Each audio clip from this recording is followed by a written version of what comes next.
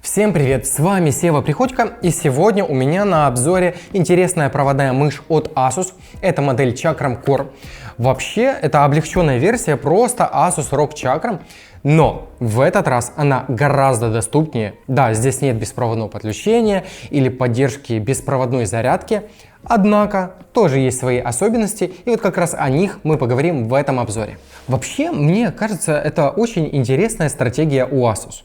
То есть вначале они делают флагманское устройство, завоевывают им популярность, а уже в последующем выпускают более доступную модель. И на самом деле я с этой мышкой вот уже 1,5 недели, и она мне понравилась практически по всем пунктам.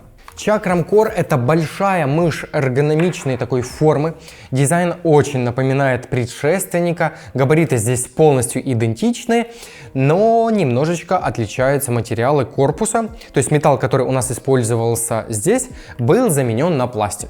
Уже нет отдельной зоны RGB подсветки спереди. Ну и все-таки здесь появился у нас кабель, хотя даже в этом всем я нашел положительный момент. Мышка из этих всех обновлений стала весить на 25 грамм меньше. Здесь ничего не говорит о том, что это мышь Asus до тех пор, пока мы не подключим ее к ПК или к ноутбуку, поэтому подключаем. Итак, я ее подключил, но даже в этом случае логотип будет скрываться за этим полупрозрачным матовым пластиком. Как по мне, выглядит весьма интересно. Мышь выполнена в таком минималистичном стиле, но у нее есть характер, особенно он чувствуется, когда вы уже наконец берете ее в руку и начинаете играть. Не менее приятно, что у новинки сохранилось ее основное отличие от всех прочих мышек. Речь, конечно же, идет о джойстике, который расположился на левой панели. К счастью, производитель не стал убирать его и даже оставил у нас в комплектации сменную насадку, вот такую, и заглушку, позволяющую закрыть слот в тех случаях, когда стик вам не нужен. Хотя, как по мне, это странно покупать такую мышь и потом не пользоваться стиком. Да, как вы заметили, это мышь для правши, но, сказать честно, я и не представляю, как создать подобный девайс универсальным. Все-таки справа стик мало кому нужен. Кстати, что по поводу стика, то у него все те же возможности, что и у ROG Chakram. Он может работать в цифровом и аналоговом режиме. Для цифрового здесь у нас предусмотрено всего 4 положения, а для аналогового более 256. Почему это круто? В аналоговом режиме джойстик практически как стик геймпада, что может быть полезно, там, например, в тех же гоночках или прочих симуляторах. Для шутеров и прочего у нас есть 4 положения джойстика, и мы можем туда забиндить, я не знаю, гранату, перезарядку, voice-чат в конце концов, или еще чего полезного. Что по поводу кабеля, то он нейлоновый и практически без эффекта памяти. Длина его тоже достаточно большая, и если вдруг вам, как и мне, ее будет много, то здесь есть липучка, и с ее помощью мы можем его немножечко укоротить. В комплектации у нас, кроме мышки, как я ранее уже говорил, есть сменная накладка и заглушка, которую можно установить вместо предустановленной накладки на джойстике. Далее у нас есть пинцет для замены переключателей, который Asus частенько кладут в комплектацию. И мне, сказать честно, кажется, что здесь они его положили по ошибке, потому что запасных переключателей в комплекте у нас нету. С другой стороны, вы за них не переплачиваете, ну и это тоже, в принципе, плюс. За все время эксплуатации я остался доволен комфортом, который дарит эта мышка. Я отлично понимаю, почему они все-таки оставили дизайн без изменений. Получить, грубо говоря, за меньшие деньги флагманский корпус – это прям неплохо. Здесь грамотно, равномерно распределен вес, и можно управлять абсолютно любым хватом, и все они будут комфортными. Кроме того, для тех, кто любит мышки такие, знаете, по увесистей, то забыл сказать, что в комплекте у нас есть грузик. Он здесь всего один, но тем не менее разницу вы точно заметите. Устанавливается он под съемной крышкой. Она, кстати, у нас, как и прежде, крепится на магнитах и очень легко снимается. И на самом деле она здесь очень прочно сидит и фиксируется, и ничего не люфтит. То есть сама по себе она у вас вряд ли отвалится. Так вот, по поводу грузика и его расположения. Мне очень понравилось, что он прямо посередине, что как бы полностью сохраняет баланс.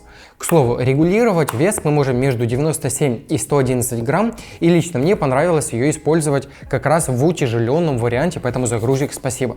Еще интересный момент. Вот эту панельку с логотипом ROG мы можем легко снять и установить туда свое лого. С установкой, правда, тут большой вопрос, потому что изготовить вот такую же заглушку, я думаю, будет прям очень непросто, а каким-то колхозным вариантом не очень хотелось бы портить дизайн, поэтому так, скорее, знаете, на подумать. Ну и можете написать в комментариях варианты, как бы вы установили здесь свое лого. И, кстати, друзья, будет очень приятно, если вы оставите прямо сейчас лайк под этим видео и подпишитесь на канал, если вы еще этого не сделали. Я тут регулярно, прям каждую неделю делаю обзор на интересные новинки. Перейдем к основным клавишам. Они получили здесь шарнирный подпружиненный такой механизм с минимальным расстоянием между переключателем и клавишей. Это гарантирует, что у нас будет всегда короткий ход и быстрое срабатывание. Кроме того, они отделены от нашей спинки, и, естественно, мы их тоже можем здесь снимать. Недостаток этого решения в том, что у нас здесь тогда получается минимальный люфт, хотя к этому быстро привыкаешь. Преимущество такого решения в том, что мы можем быстро заменить переключатели, которых нет в комплекте. Кстати, здесь установлены Omron с ресурсом в 50 миллионов нажатий, с характерным ходом, кликом, отдачей под пальцами.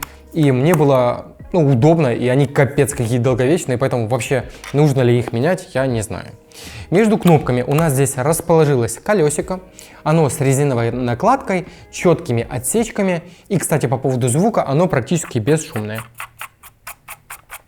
И, кстати, вот таким образом у нас звучат основные клавиши, и вот таким образом звучат боковые. По работе всех клавиш вопрос не возникало. Основные клавиши нажимаются четко, с мягким щелчком. Боковые клавиши тоже имеют короткий, но очень, кстати, мягкий ход, и это прям нужно пробовать. Я не могу сказать точно, это хорошо или плохо, но немножко необычно, и к этому нужно просто привыкнуть. Последняя кнопка у нас спряталась снизу. Она нужна для изменения DPI. Одиночное нажатие дает нам возможность по очереди устанавливать значения 400, 800, 1600 и 3200 DPI. А если мы нажмем и будем удерживать кнопку, то сможем изменить DPI от сотни до 16 тысяч с помощью колесика, где синий это самое маленькое значение, потом идет зеленый и потом красный это максимальное значение в 16 тысяч DPI. Кроме того, более детально мы можем все настроить, конечно же, в ROG Armoury. Там мы уже можем переназначить клавиши, изменить частоту опросу сенсора, записывать макросы, синхронизировать нашу подсветку с другими девайсами. Там можно настроить джойстик, обновить прошивку, кстати, которая недавно прилетела, и еще много всего другого. По общей работе мышки лично у меня вопросов вообще никаких не возникало. Качество работы сенсора здесь, как всегда, на высоте. То есть это доступный девайс с практичным, уже можно сказать, проверенным временем дизайном. Плюс не забываем об изюминке в виде джойстика. Есть возможность менять переключатели. Если вам когда-то понравилась ROG Chakram, но по каким-то там причинам, может по цене, вы были не готовы купить беспроводную модель, то держите теперь флагман по доступной цене. И самое важное, если вы уже досмотрели до этого момента, то однозначно вам обзор понравился, и мне будет очень приятно, если вы нажмете лайк. Это очень помогает продвижению канала. Если вдруг вам обзор не понравился, то можете смело нажать дизлайк, и я с удовольствием почитаю критику в комментариях.